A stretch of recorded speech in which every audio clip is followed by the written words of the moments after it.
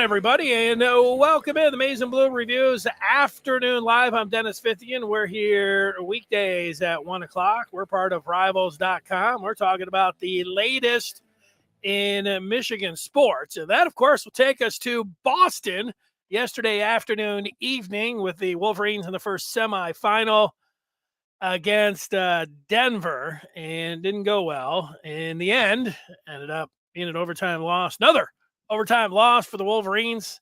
It's happened over the years. We've seen it. They've been on the good side a few times, but Michigan's season comes to an end. We'll talk about that and opening day. It's a special day. You live in Michigan. You live certainly in Southeast Michigan. This, you will know, is a holiday for all of us. It's not like this across the country. Opening day is cool for a lot of places, but it's just not like I've never been to Cincinnati. I hear that in Cincinnati, although Cincinnati started out in Atlanta yesterday because of the pushback of the season because of the potential labor strife, but they're good to go. And Detroit, I'll get to that coming up and opening day and give you my thoughts on that. But let's start with hockey. It happened yesterday, and you take a look at it, and Michigan loses 3-2 in overtime. And this was a game. Michigan did not play a good first period. Whatever it is, it's a weird thing when you get to and in hockey especially, like you say, well, the first shift is important. Everybody getting their feet wet out there, and then moving their feet and playing hard, and you want to make sure that you're playing well for the first 10 minutes, and Michigan did not. They didn't register a shot. And then whether they're too tight or too loose, I don't know, whatever it was, but they didn't play their best hockey at all. And Denver dominated the first 20 minutes, and the Pioneers were up 1-0. But then Michigan, mostly in the second period, that was their period. The middle period, Michigan got the leveler, able to tie things up at 1. And if you want to say as poorly as Michigan played in period 1, they played that well in period 2. And then the rest of the way, third period, pretty exciting. Both teams getting a goal. Michigan having to come back after, giving up the 2-1 lead. But, they get to overtime, and ESPN decides to go to ESPNU. And yeah, it was good. You get I think 17 minutes between periods there.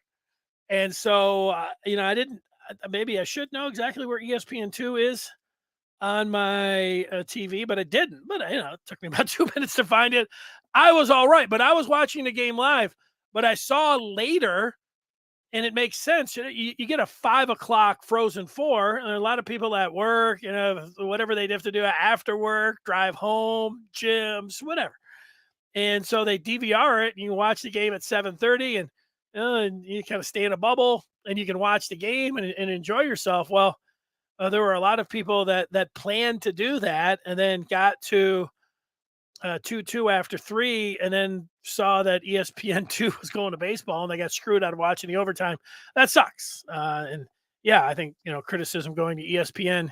You understand that when you're DVR in the game, that's tough. I was going to say I've been there. I've had snafu, certainly with the DVR, but championship game flipping over, not that it didn't happen, exactly like that. But a couple of things stand out. I mean, it's hard to say when your team, in this case Michigan, comes out on the short end to go back and say, it's great hockey. It's thrilling. Excitement there. It was awesome to watch, and it was. But again, it's more difficult to do. It's actually very difficult to do when it's your team that comes up on the short side. The other thing is that there were a lot of plaudits going out to the referees prior to yesterday's Michigan-Denver game. Oh, these guys, they're letting them play. Let's tip the cap to them. And Al Randall did that when we talked to the play-by-play voice of Michigan. And then the Butcher Cross was over there with Wayne Newton or Barry Melrose, Billy Ray Cyrus back in the day. and both of those guys were like, "Oh yeah, these officials have been getting a pat on the back and everything." But in the end, 3 periods not enough. Or they play 75 minutes. Michigan was not able to get on the power play. So wow, Denver not only a very good offensive team, but committing penalties. And it's, if you didn't watch a game and you just say, "Oh well, Michigan's complaining about the power plays and the lack of chances that they got."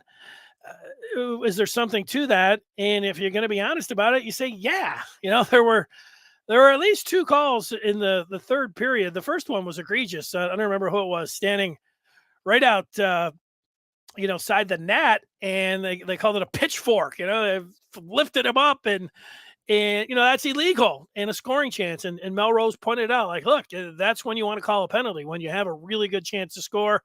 There was another time somebody got dragged down in the offensive zone there, and that should have been a penalty.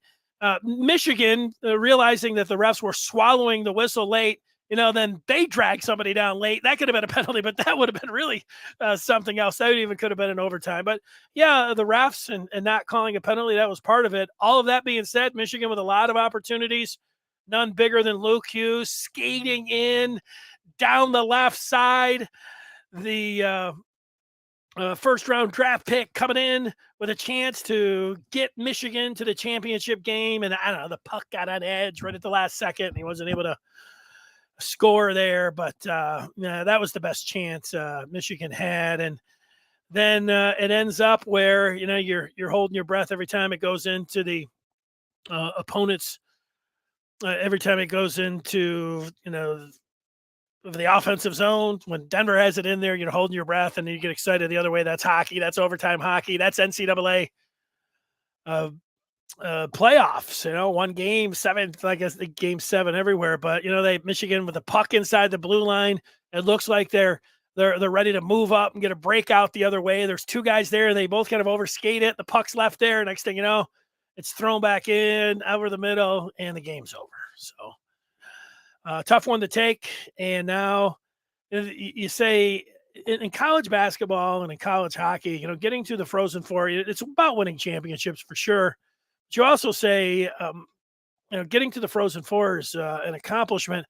This particular team with 7 first-round draft picks on it was an exception to all teams. I mean, this was a decorated team. This was and if you want to call it the most talented team with 7 first-round picks, how are anybody going to argue that based on where these guys were picked and, how they had them out on the ice. And so the expectation for this particular team was to win it all.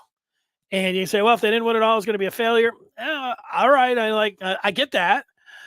I think you are left a little empty, even though it was a Frozen Four. Because of the talent and the expectation for this team as soon as they stepped on the ice. So that's it. And, now they'll move forward and you'll see what happens there. What's next for this hockey team is Mel Pearson's contract runs out at the end of this month. So you would think that Michigan would be, Frozen Four. Look at this recruiting, that you just go ahead and give Mel Pearson that extension. But there's an investigation of the hockey program going on. One of the things, toxic workplace, there are a few other things that there's an investigation going on that could be the 180 days if you look. And by April the 26th, it's supposed to conclude, but that's a soft date, so it could go further than that. And Pearson's current deal expires after April the 30th. Can Michigan find out, Ward Manuel, what kind of case, whatever is happening here? That's what they've got to figure out. Trying to weigh in on opinion like whether Michigan should extend Mel Pearson. It's a no-brainer that Mel Pearson should get a contract extension for the work that he's done with his team on the ice. This investigation and trying to figure out the merits of it. And, that's where this could be different, and it could be different for the Michigan hockey team, Michigan hockey program, and of course, the coach. So we'll see what happens with that.